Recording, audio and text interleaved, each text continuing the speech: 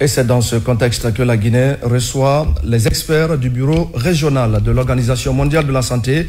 Ils sont venus participer à l'évaluation externe conjointe du règlement sanitaire international. Aux côtés des experts du pays, ils vont examiner 15 domaines techniques. Et voici pour comprendre les explications de Adiatou Bari. Le règlement sanitaire international, la Guinée y a souscrit depuis plus de 5 ans. Sa mise en œuvre a permis au système de santé guinéen de faire face à des épidémies majeures dont la riposte est jugée efficace.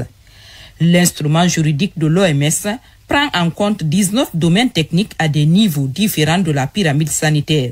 Des interventions menées dans ces domaines ont eu des impacts dans l'amélioration des indicateurs de santé du pays. D'où cette évaluation conjointe externe des capacités du règlement sanitaire international. Le domaine de la surveillance, le domaine du système de laboratoire, le domaine des ressources humaines, ce sont ces domaines aujourd'hui qui ont réalisé beaucoup de progrès où on peut avoir 4 comme niveau retenu, 5 même par rapport à certains domaines tels que la surveillance.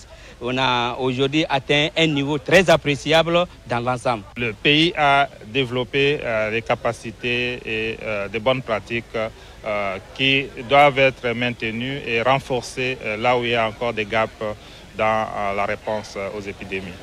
Pour la deuxième fois, la Guinée se prête à cet exercice d'évaluation externe conjointe du règlement sanitaire international. Les 14 experts étrangers et nationaux vont identifier les défis et évaluer les bonnes pratiques de l'instrument juridique. Et c'est ce qui doit aboutir à des recommandations concrètes. Nos attentes, c'est vraiment un travail fouillé qui va s'attaquer à chacun des 19 domaines. Et qu'au niveau de chaque domaine, nous ayons des recommandations, non seulement pour maintenir nos acquis, mais pour pouvoir corriger les déficits qui seront constatés au niveau de chacun des autres domaines. En plus de la santé, le règlement sanitaire international intègre le secteur de l'agriculture et de l'élevage. Cet ensemble forme le One Health, ou une seule santé, conformément aux principes de l'Organisation mondiale de la santé.